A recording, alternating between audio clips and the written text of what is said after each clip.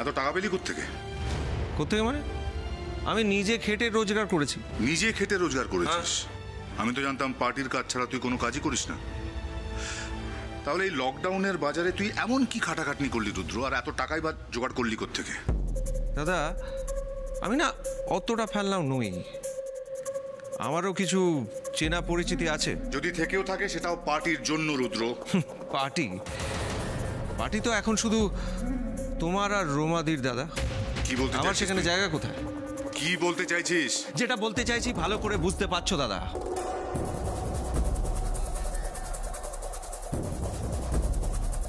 দেখ রুদ্র, রোমা আছে বলে তুই কিছু টের পাচ্ছিস না।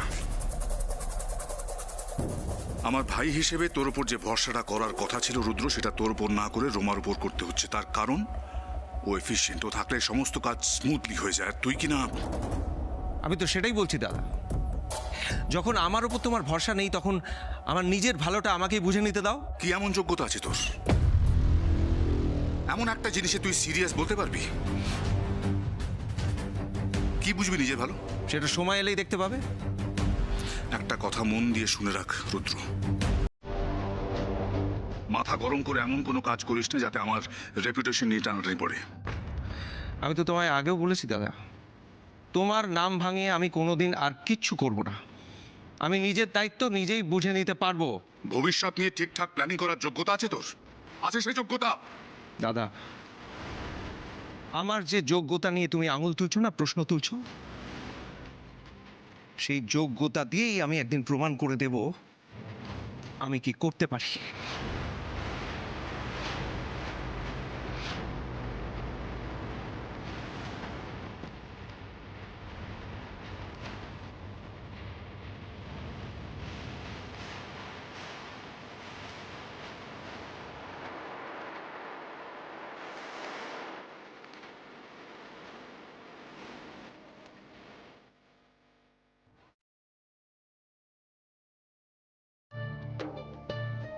কি হয়েছে ফিরকি? কই কিছু না তো। মুখ দেখে মনে হচ্ছে মন খারাপ। আচ্ছা ফিরকি, আমরা তো বন্ধু, আর বন্ধু হলে সব প্রবলেম শেয়ার করতে হয়, তাই না?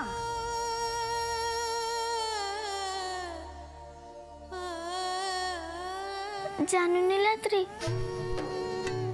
আমার মায়ের বিজনেসটা আজকে বন্ধ হয়ে গেল। সে কি? তোমার মায়ের বিজনেস? কিসের বিজনেস ছিল ওনার? খাবারের।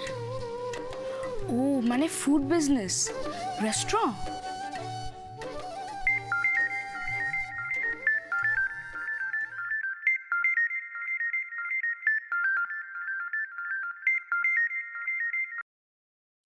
হ্যাঁ স্যার, হ্যাঁ স্যার, ফিরকি এসে গেছে। Okay sir.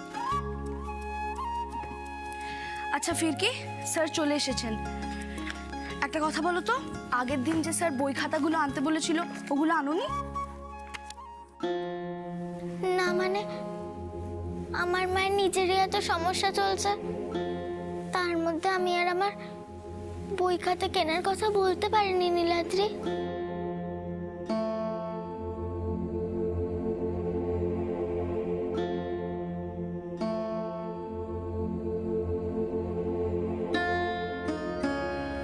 ফিরকি এদিকে এসো তো।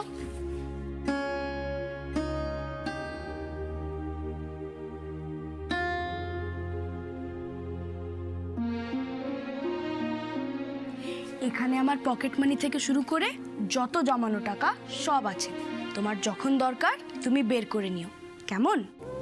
না না, তা কেন? কেন ফিরকি? আমাদের এই কথা হলো না, আমরা বন্ধু, আমরা স্পেশাল ফ্রেন্ড, তাহলে?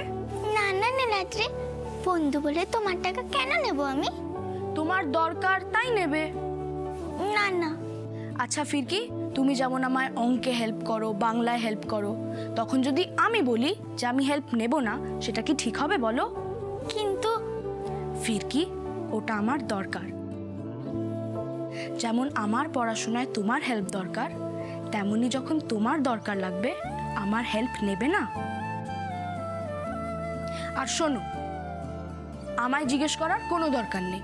তোমার যখন টাকা লাগবে তুমি নিয়ে নিও, ওটায় চাবি দেওয়া থাকে না।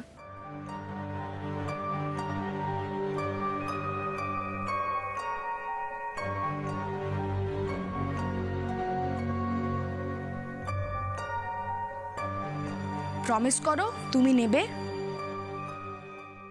আচ্ছা ঠিক আছে, আমি তোমার আলমারি থেকে টাকা নেব, কিন্তু তোমাকে জিজ্ঞেস করেই নেব, আর দরকার পড়লেই নেব। আচ্ছা।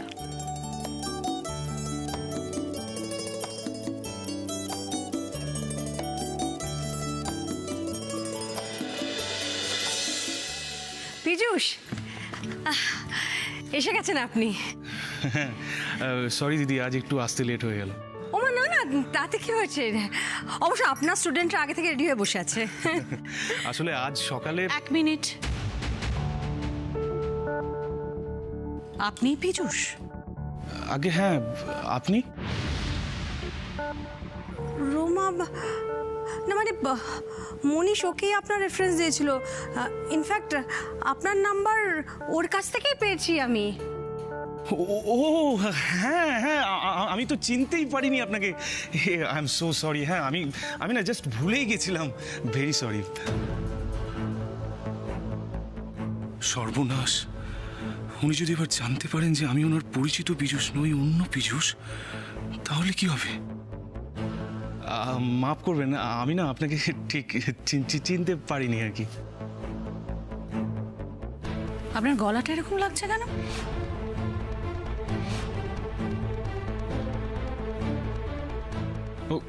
গলা, ও হ্যাঁ, আমার একটু ওই ঠান্ডা লেগে গেছে, ওই জন্য। একদম ঠান্ডা লাগাবেন না, চারিদিকের পরিস্থিতি কিন্তু খুব খারাপ। খুব সাবধানে থাকতে হবে, আর আপনার জন্য যেন নীলাদ্রির পড়াশোনার কোনো মতেই হ্যাম্পার না হয়, সেটাও তো খেয়াল রাখতে হবে। না না, সিরিয়াস কিছু না, ও ঠিক হয়ে যাবে। আচ্ছা বলছি, রুদ্রবাবু নেই না? কেন বলুন তো? না এমনি। দেখুন, রুদ্রর সঙ্গে আপনার অশান্তির খবরটা আমি পেয়েছি। বিষয়টা খুবই দুর্ভাগ্যজনক, এবং এই ব্যাপারটা নিয়ে আমরা পরিবারের প্রত্যেকে খুবই লজ্জিত। তবে আপনাকে এইটুকু আমি এশিওর করতে পারি যে ভবিষ্যতে রুদ্রকে নিয়ে আপনার এই বাড়িতে আর কোনোদিনও কোনো প্রবলেম ফেস করতে হবে না।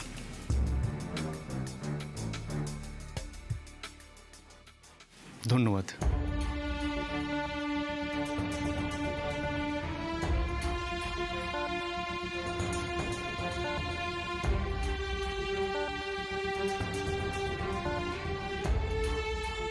কি করে বলবো, আজ আমি রুদ্রবাবুকে খুঁজছি সম্পূর্ণ অন্য একটা কারণে।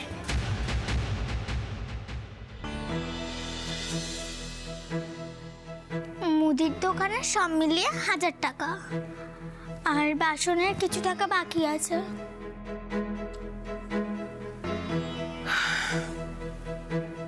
কথায় আছে না, মানুষ ভাবে এক আর হয় আর এক।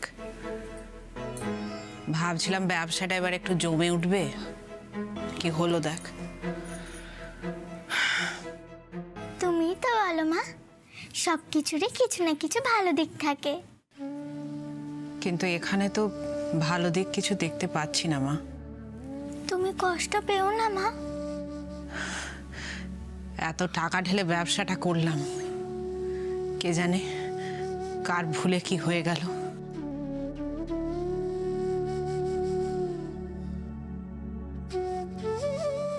এখন আর এসব ভেবে লাভ নেই লক্ষ্মী, যা হওয়ার তাই হয়েছে। এখন কি করবি তাই ভাব। সেটাই তো বুঝে উঠতে পারছি না রে রানী। আচ্ছা আমি বলছিলাম কি, আমরা যে বাসনপত্রগুলো কিনেছি সেগুলো বেচে দিলে হয় না? ওখান থেকে তো কিছু পয়সা উঠে আসবে। হ্যাঁ, আর রইল ওই দোকানে ধার বাকি, ওর হাতে পায়ে ধরে কিছুদিন পরে না হয় মিটিয়ে দে। না না রানী, আমি কারোর ধার বাকি রাখবো না, সবার টাকা আমি শোধ করে দেব। আমার ভয়টা অন্য জায়গায়। ফিরকি যদি এর মধ্যে বড় স্কুলে ভর্তি হয়ে যায়, আমি ওর খরচাটা চালাবো কি করে? ওসব নিয়ে তুমি একদম চিন্তা করো না মা, আমি বড় স্কুলে ভর্তি হব না, আর আমি তোমাকে কোনোদিনও বড় স্কুলে ভর্তি হওয়ার কথাও বলবো না। তুমি আমায় যেখানে পড়াবে আমি সেখানেই পড়বো। আর আমি তোমাকে কথা দিচ্ছি, আমি সেখানে খুব ভালো রেজাল্ট করবই করব।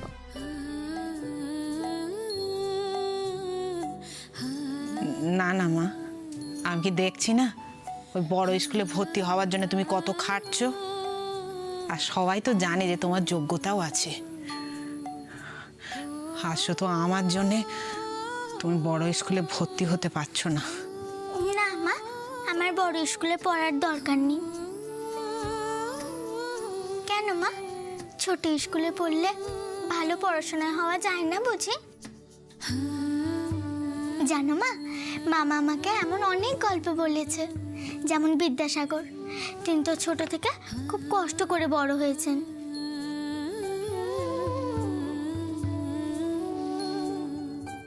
কেউ কি বলে তিনি পড়াশোনায় খারাপ ছিলেন?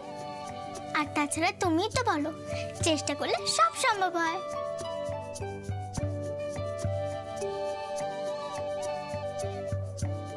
যাই, এখন আমি পড়তে বসি।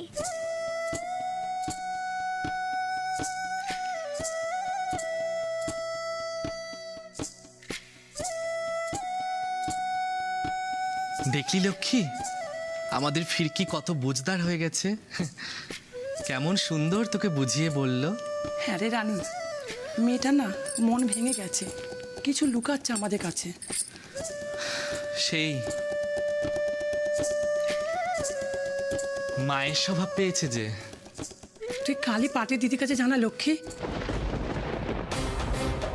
যদি কিছু ব্যবস্থা করে দিতে পারেন। হিজড়ের নাকি আবার সময়ের দাম। বাহ, লোকের কাছে রাস্তায় ঘুরে ঘুরে হাত পেতে তো ভিক্ষে চাও, ওই মুখে আবার বড় বড় কথা। এই, এটাকে ঘাড় ধাক্কা দিয়ে এক্ষুনি এখান থেকে বের করো। ভেতরে মিটিং চলছে, আমি যেন বাইরের একটা শব্দ না পাই। Get lost. পার্টি অফিসে? না না,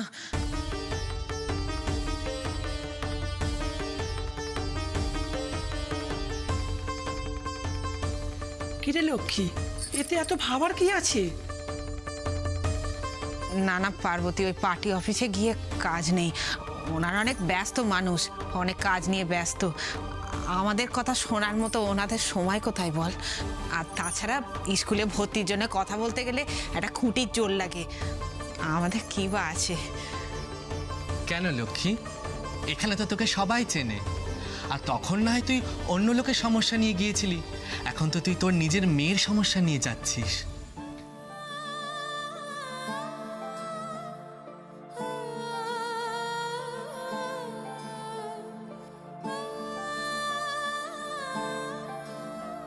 আমাদের ফিরকি একটা বড় স্কুলে পড়বে, এ তোর কত দিনের স্বপ্ন লক্ষ্মী। এত সহজে ছেড়ে দিবি? ঠিকই বলেছিস রানী। শোন লক্ষ্মী, আমাদের এমএলএ সাহেব মানে ভাস্কর বাবু খুব ভালো লোক, দেখ না গিয়ে কি বলে।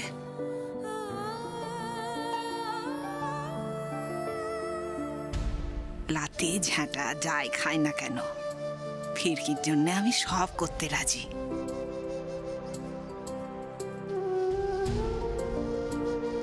ঠিক আছে রে, আমি কাল সকালেই যাব।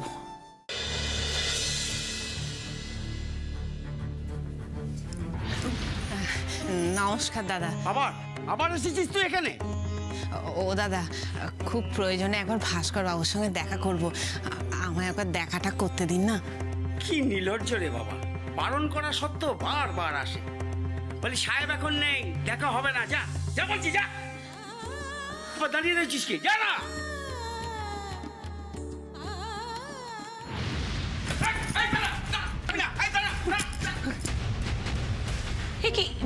What is this? হ্যাঁ, তুমি আজকে আবার এসেছো? গেটে কি কেউ নেই নাকি? হ্যাঁ, যাকে তাকে যখন তখন ঢুকিয়ে দিচ্ছ, ব্যাপারটা কি? ম্যাডাম, আমি অনেক বারণ করছি ম্যাডাম, কিন্তু কিছুতেই আটকানো যাচ্ছে না, জোর করে ঢুকে পড়েছে। তাই বলে তুমি দাঁড়িয়ে দাঁড়িয়ে দেখবে? হ্যাঁ, চল চল চল বলছি।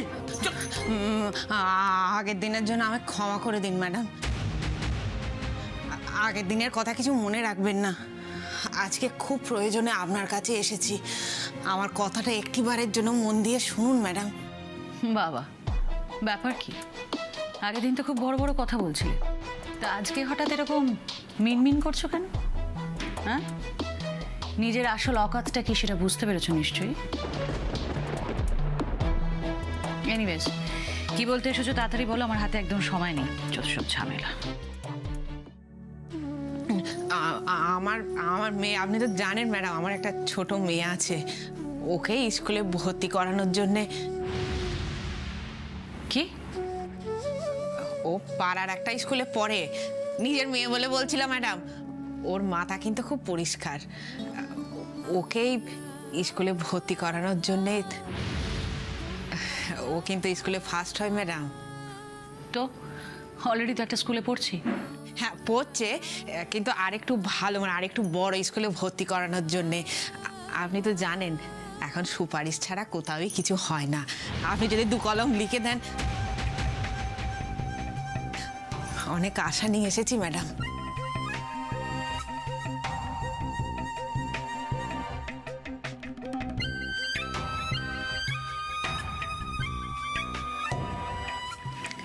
ভুল করছো।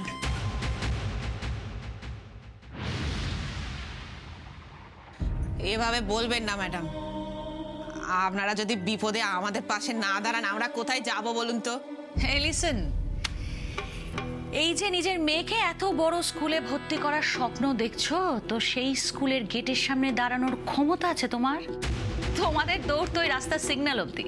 যাও যাও, কোনো কর্পোরেশন স্কুলের সামনে গিয়ে লাইন দাও, এখানে ফালতু আমার সময় নষ্ট করার চেষ্টা করো না। না ম্যাডাম, আমার মেয়ের মাথা ভালো, সামান্য একটু সুযোগের অভাবে আমি এভাবে ওর ভবিষ্যৎটা নষ্ট হতে দেব না। দেখুন না ম্যাডাম, আপনি বললেই হবে। তা কি পরিচয় দেবে ও? মানে কি বলবে ও?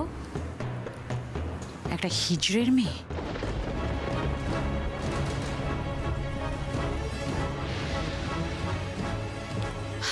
এই উত্তম, বিধানবাবু অনেকক্ষণ ধরে বাইরে ওয়েট করছেন, যাও ওনাকে ডেকে দাও। দিদি, তোমাকে বললাম না যে এখন কিছু পসিবলই নয়, ভীষণ ব্যস্ত আছি আমি। যাও। চল বলছি, চল। 1 মিনিট।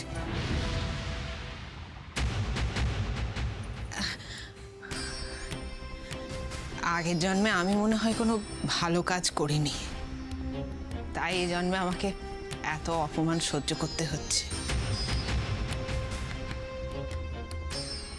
তাই তো এই জন্মে ভালো কিছু করার চেষ্টা করছি ম্যাডাম, যাতে পরের জন্মে আমাকে এমন জন্ম না নিতে হয়।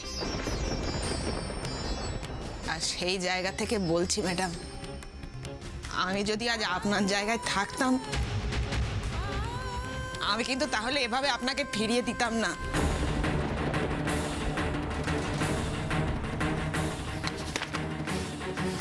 কি বললে তুমি? হ্যাঁ, কি বললে? হ্যাঁ ম্যাডাম, আমি কিন্তু আপনাকে সাহায্য করতাম। How dare you talk to me like that? তোমার সাহস হয় কি করে? হ্যাঁ, কি করে সাহস হয় নিজের সঙ্গে তুমি আমার তুলনা করো? হ্যাঁ, তুমি আমার জায়গায় আর আমি আমি নো নো নেভার নেভার। আমি কিন্তু অন্য গ্রহ থেকে আসিনি ম্যাডাম, আপনার মতো আমাকে উপরওয়ালাই পাঠিয়েছেন। সবই তার হাতে, কখন যে কার সাথে কি হয় কে বলতে পারে ম্যাডাম। এক্ষুনি আমার চোখের সামনে থেকে জাস্ট দূর হয়ে যাও।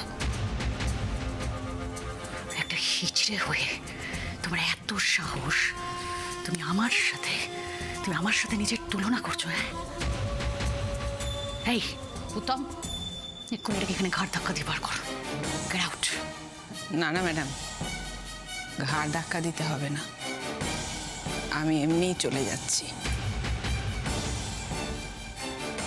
তবে একটা কথা মনে রাখবেন ম্যাডাম, এই পৃথিবীটা কিন্তু গোল আর খুব ছোট। আমাদের একে অন্যকে একদিন না একদিন দরকার হতেই পারে। কিচ্ছু বলা যায় না ম্যাডাম। আসি ম্যাডাম, নমস্কার।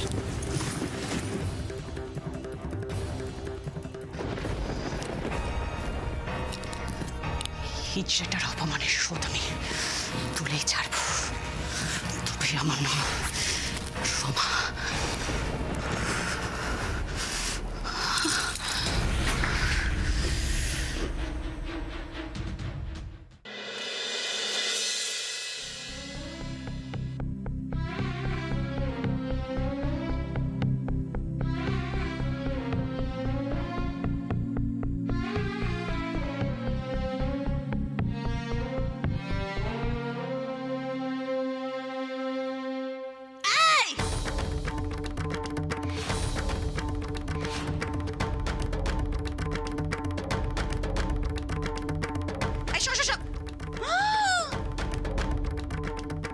সাহস তো কম না, তুই নীলাদ্রির আলমারি থেকে টাকা চুরি করছিস? না না বড় পিমনি, চুপ, একদম চুপ। দাঁড়া, তোকে আমি দেখাচ্ছি মজা।